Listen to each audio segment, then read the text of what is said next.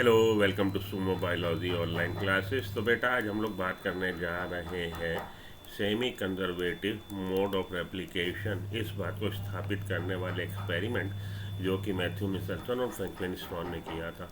तो बेसिकली ये टॉपिक आपके चैप्टर से लिया गया है, मॉलिकुलर बेसिस ऑफ इनहेरिटेंस से, उससे क्लास 12 बायोलॉजी से ये टॉपिक लिया गया है। और उस एक्सपेरिमेंट की हम लोग बात करने जा रहे हैं जिस एक्सपेरिमेंट के द्वारा ये सत्यापित हो गया कि डीएनए रेप्लिकेशन जो होता है सेमी कंजर्वेटिव मोड को फॉलो करता है। तो सेमी कंजर्वेटिव मोड क्या होता है भैया? आप जानते हैं डीएनए मॉलिक्यूल जो है डबल स्ट्रैंडेड है। डीएनए डबल स्ट्रैंडेड है, उसमें दो स्ट्रैंड हैं जो एंटी पैरेलल रन करते हैं। ठीक है, ये बात तो आपको मालूम ही है।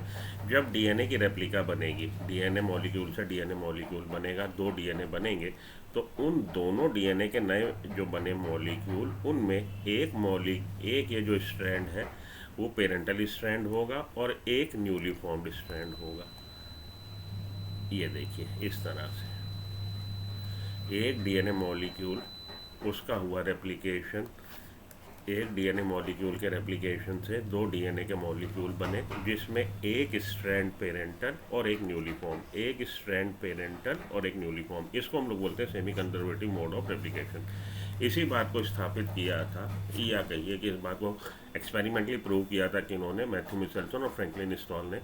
उन्होंने एक्सपेरिमेंट में उनका सब्जेक्ट क्या था, किस पे काम किया था? इकोलाई पे, इकेरिकिया कोलाई पे काम किया था, बैक्टीरिया पे।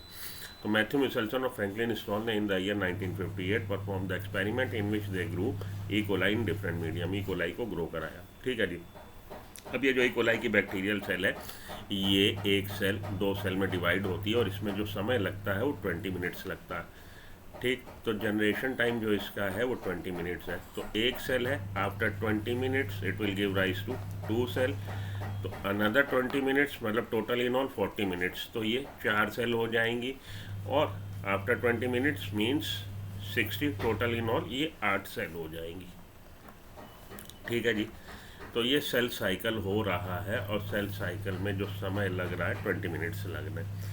Some E. coli was grown in a medium containing heavy isotope N15, nitrogen 15 पे ग्रो कराया गया। E. coli को ऐसे कल्चर मीडियम पे ग्रो कराया जिसमें नाइट्रोजन का जो सोर्स है हैवी नाइट्रोजन है, हैवी आइसोटोप है N15, एस नाइट्रोजन सोर्स। और नाइट्रोजन आप जानते हैं किस में आपको मिलेगा? डीएनए में।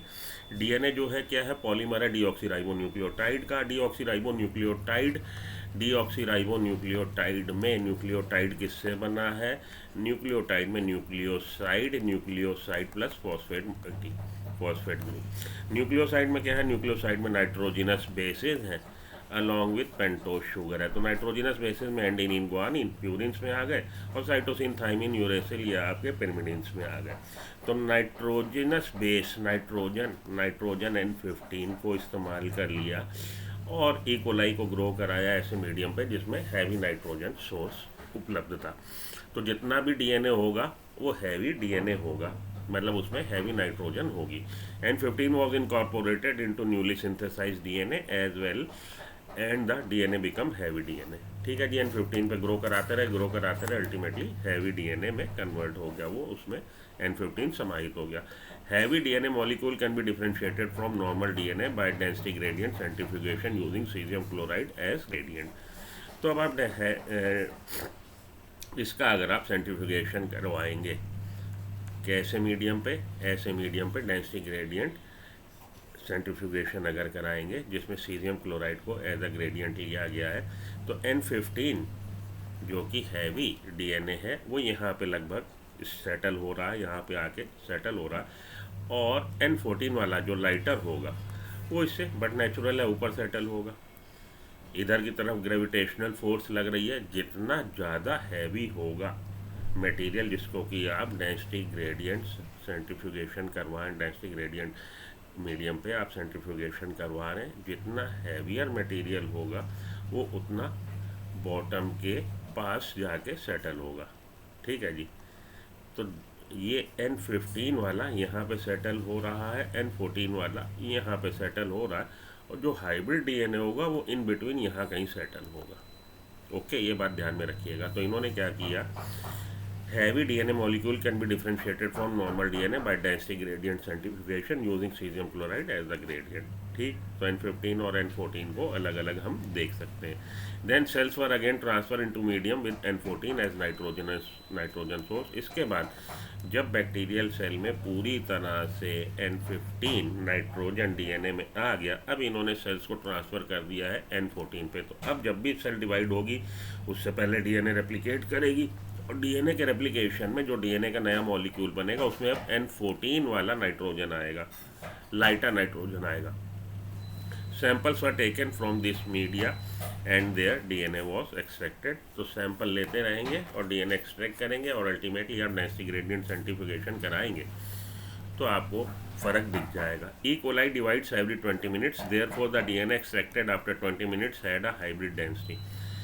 तो ये देखिए N15 वाले डीएनए को, अब इन्होंने N15 डीएनए जो पहले इन्होंने बैक्टीरियल सेल को ग्रो करा लिया था N15 पे, उसका डीएनए हैवियर है.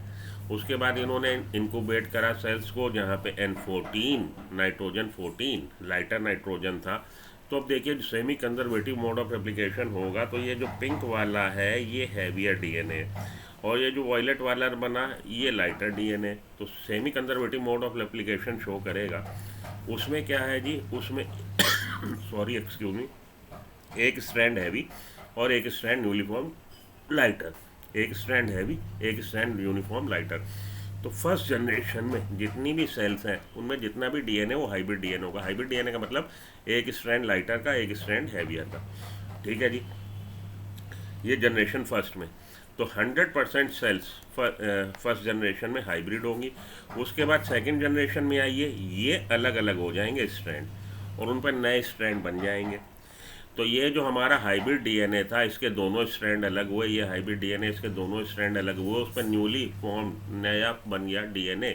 तो नया डीएनए जो बन रहा है वो लाइटर ही बन रहा है. इससे अब आप देखेंगे अगली जनरेशन में 50% डीएनए जो होगा वो हाइब्रिड होगा, 50% डीएनए जो होगा वो लाइटर होगा. ये देखिए ये लाइटर हो गया, ये लाइटर हो गया, ये वाले हाइब्रिड हो गए.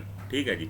अब इसमें एक पेच है यहाँ पे, आप लोग जो समझ नहीं पाते, देखिए ग्रेविटेशनल फोर्स का डायरेक्शन क्या दिखा रखा है, ये दिखा रखा. तो बेसिकली ये जो डायग्राम है ये कैसा होना चाहिए, ये अपनी बुक में भी आप जब देखते हैं तो आप थोड़ा सा कंफ्यूज होते हैं. बेसिकली ये डायग्राम जो होना चाहिए वो आपको इस तरह से दिखना चाहिए, जैसे मैं अब आपको दिखाने जा रहा हूँ. दिखाता हूँ, जो इसको रोटेट कर दीजिए डायग्राम को.